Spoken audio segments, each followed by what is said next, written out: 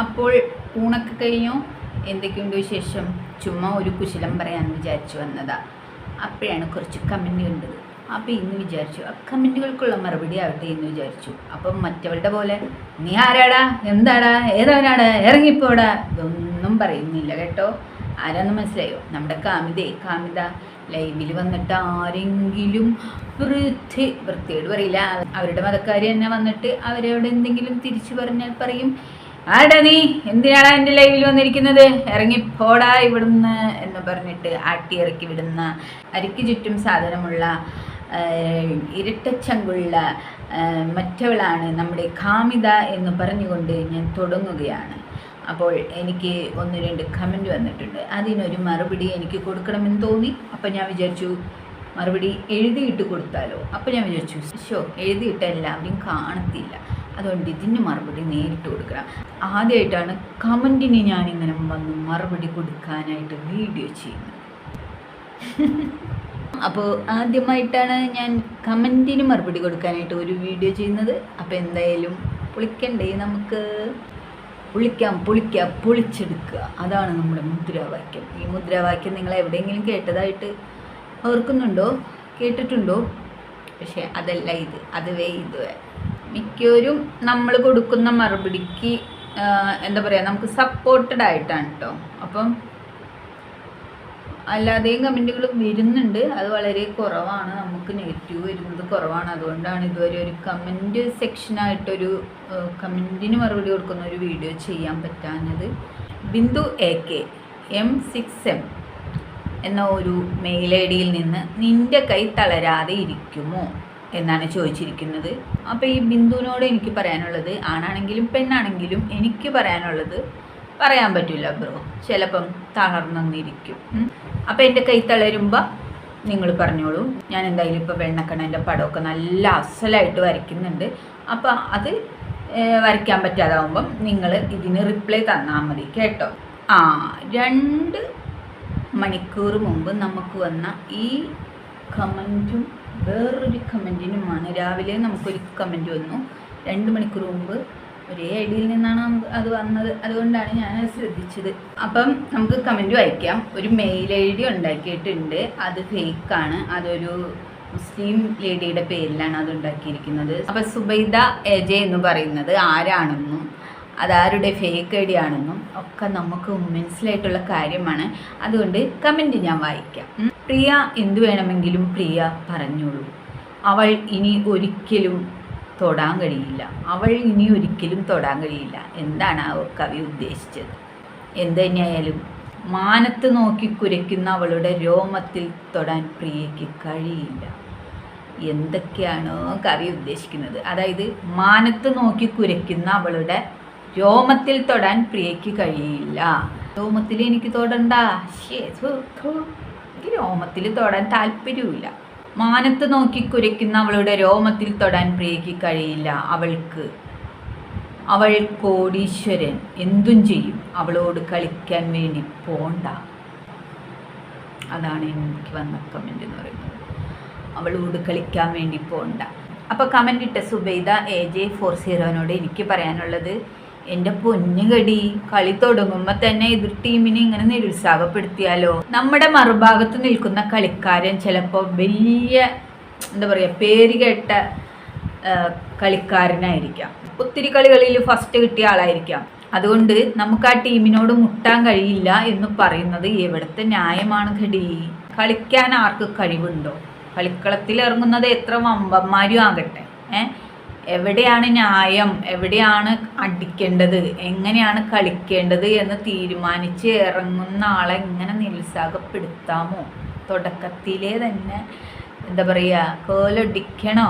ഒരു കളിക്ക് മത്സരിക്കാൻ ഇറങ്ങി പുറപ്പെട്ട് പകുതി എത്തിയ ആളോട് ഈ വക ഊളത്തരം പറഞ്ഞുകൊണ്ട് വരരുത്. നീ ആരടാ, എന്തടാ നിനക്ക് എൻ്റെ കമൻറ്റ് ബോക്സിൽ കാര്യം, ഇറങ്ങിപ്പോടാ എന്നൊന്നും ജാമിത പറയുന്ന പോലെ ഞാൻ പറയുന്നില്ല. അപ്പോൾ ഈ കോടീശ്വരൻ എങ്ങനെയായി എന്നുള്ളൊരു കാര്യം രഹസ്യമായ പരസ്യമാണ്.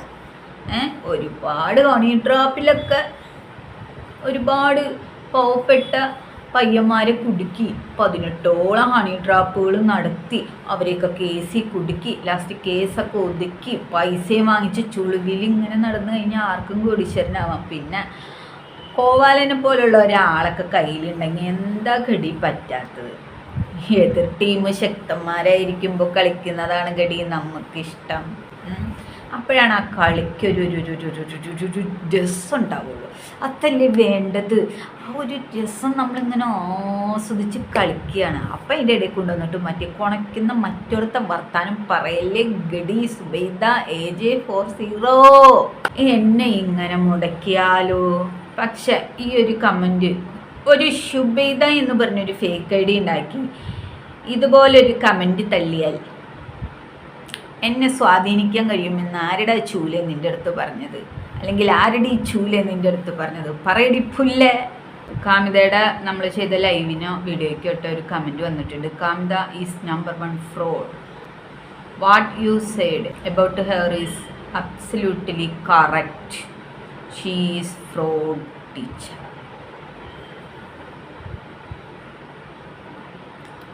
ഞാൻ പറഞ്ഞില്ലേ, ഇവർക്കിടെ വയറ്റിപ്പഴപ്പിന് വേണ്ടിയിട്ട് ഹിന്ദുക്കളുടെ ആസനം വരെ തൂക്കി വിൽക്കും. ഹിന്ദുക്കൾ കരുതിയിരിക്കുക, അത്രേ എനിക്ക് പറയാനുള്ളൂ. സ്വന്തം മതത്തിനെ ഊമ്പിച്ചിട്ട് വന്ന് സ്വന്തം മതത്തിനെതിരെ പറഞ്ഞുകൊണ്ട്, സ്വന്തം മതത്തിനെ അവഹേളിച്ചുകൊണ്ട്, സ്വന്തം മതത്തിനെ തള്ളിപ്പറഞ്ഞുകൊണ്ട്, തള്ളിക്കളഞ്ഞുകൊണ്ട് ഈ തലയിലെ തട്ടമൊക്കെ വലിച്ചൂരി എറിഞ്ഞിട്ട് ഈ ഫ്രോഡ് കളി കളിച്ചിട്ട് ഈ നടക്കുന്ന ഈ വൃത്തികെട്ട സാധനങ്ങൾ എന്ന് പറയുന്നതിനെ നമ്മൾ എതിരെ പറഞ്ഞു കഴിഞ്ഞാൽ അവരുടെ സമൂഹത്തിൽ നിന്ന് തന്നെ നമുക്ക് കിട്ടും ഒരു പൊന്നാടം. പിന്നൊരു കമൻറ്റ് വന്നിരിക്കുന്നത്, സത്യം പറഞ്ഞാൽ നിങ്ങൾക്കൊക്കെ വട്ടാണ്. നിങ്ങളെ വീഡിയോ നിങ്ങൾ തന്നെ ഒന്ന് കണ്ടു നോക്കുക. അപ്പോൾ പുള്ളി ഉദ്ദേശിച്ചത് നിങ്ങളുടെ വീഡിയോ നിങ്ങൾ തന്നെ ഒന്ന് കണ്ടു നോക്കാനാണ്. അപ്പോൾ അറിയാം നിങ്ങളുടെ മുഖത്തിന് ക്ഷീണവും തളർച്ചയും. ഒരാൾ വീട് വെച്ചു എന്നതുകൊണ്ട് ഇങ്ങനെ ശിക്ഷിക്കണം എന്ന് വാശി വല്ലതും ഉണ്ടോ? കഷ്ടം തന്നെ. ആഷിന കൃഷ്, എന്തൊക്കെ പേരുകളാണോ. ആഷിന കൃഷ് എന്ന് പറയുമ്പോൾ അതും ഒരു ഫേക്കാണ്. അതാരുടെ ഫേക്കാണെന്ന് മനസ്സിലാക്കാനായിട്ട് ഒരു ബുദ്ധിമുട്ടുമില്ല. നിങ്ങൾക്കൊക്കെ ഇത്രയധികം ഫേക്ക് ഐഡികളോ? ഭയങ്കരം തന്നെ, സമ്മതിക്കണം. അപ്പോൾ എനിക്ക് പറയാനുള്ളത്, എൻ്റെ മുഖവും എൻ്റെ ശരീരവും ഇപ്പോൾ പണ്ടത്തിനേക്കാളും നന്നായിട്ടുണ്ട് എന്നാണ് എൻ്റെ ഭർത്താവ് പറയുന്നത്. കാരണം ഏറ്റവും ആദ്യം ഞാൻ ചെയ്ത എൻ്റെ മുഖം കാണിച്ചുകൊണ്ട് ഞാൻ ചെയ്ത വീഡിയോയും ഇപ്പോഴത്തെ എൻ്റെ മുഖവും നിങ്ങൾ തമ്മിൽ വെച്ച് നോക്കണം. അപ്പോഴറിയാം നിങ്ങൾക്ക് എന്നിൽ വന്നിട്ടുള്ള വ്യത്യാസം. പിന്നെ ഇതൊന്നും കേട്ടിട്ട് അയ്യോ എൻ്റെ മുഖം ചീത്തയാവും, ഇതൊന്നും ഇങ്ങനെ പറയാൻ പാടില്ല എന്ന് പറയുന്നവരോട് എനിക്ക് പറയാനുള്ളത്, ഇപ്പം മറ്റവളുടെ കോലം കണ്ടില്ലേ? അന്ന് ഗുരുവായൂർ അമ്പലത്തിൽ വന്നപ്പോൾ എങ്ങനെയായിരുന്നു അവളുടെ കോലം? സുന്ദരിയായിട്ട് ഒരു അണിഞ്ഞൊരുങ്ങി വാലിട്ട് കണ്ണെഴുതി, എന്നിട്ട് അവിടെ കിടത്ത് വായിന്ന് വന്നത് കേട്ടല്ലോ, ചിലച്ചത് കേട്ടല്ലോ. അപ്പം ഇപ്പം എങ്ങനെയുണ്ട് ഇവക്കടെ കോലം? എന്തുകൊണ്ട് എങ്ങനെ കൊലായത്? ഒരാൾ വീട് വെച്ചു എന്നതുകൊണ്ട് നിങ്ങളൊക്കെ ഇങ്ങനെ ശിക്ഷിക്കണം എന്നുണ്ടോ? ഞങ്ങളല്ലല്ലോ ശിക്ഷിക്കുന്നത് വീട് വെച്ചതിന്, ഭഗവാൻ തന്നെയല്ലേ ശിക്ഷിക്കുന്നത്. അതോ ഇനി പടച്ചോനാണോ? ആരാണെന്ന് എനിക്കൊരു കൺഫ്യൂഷൻ ഉണ്ട്. ചിലപ്പം എൻ്റെയൊക്കെ വിശ്വാസത്തിൽ കൃഷ്ണൻ തന്നെ തിരിച്ചടി കൊടുക്കുന്നു. അല്ലെങ്കിൽ പിന്നെ എന്തിനും ഗുരുവായൂർ നടേന്ന് ഓടിക്കണം? അവിടെ കയറാൻ പറ്റാത്ത വിധം എന്തിന്? എങ്ങനെ ആക്കിയില്ലേ? കണ്ണൻ്റെ പേരിൽ വീട് വെച്ചു. കണ്ണൻ്റെ പേരിൽ വീട് വെച്ചിട്ട് കണ്ണന് പുല്ല് വിലയല്ലേ ഇവള് കൊടുത്തത്? ഇപ്പം എന്തായി? നിനക്ക് അത്ര വിഷമാണെങ്കിൽ നീ ഒരു ഗ്ലാസ് ഹോർലിക്സ് കലക്കിയിട്ട് ഇങ്ങെടുത്താ. ഹോർലിക്സ് വേണ്ട, എനിക്കത് അത്ര ഇഷ്ടമല്ല, ബൂസ്റ്റ് ആയിക്കോട്ടെ. അനിത കൃഷ്ണൻ, ഇതൊക്കെ അവരോട് ഫോണിൽ വിളിച്ചു പറഞ്ഞൂടെ? താങ്കളുടെ ഭാഷ വളരെ മോശം. ആയിക്കോട്ടെ. അയ്യോടി, ഫോണ് വിളിച്ചു പറഞ്ഞാൽ എങ്ങനെയടി നാട്ടുകാർ കേൾക്കുക?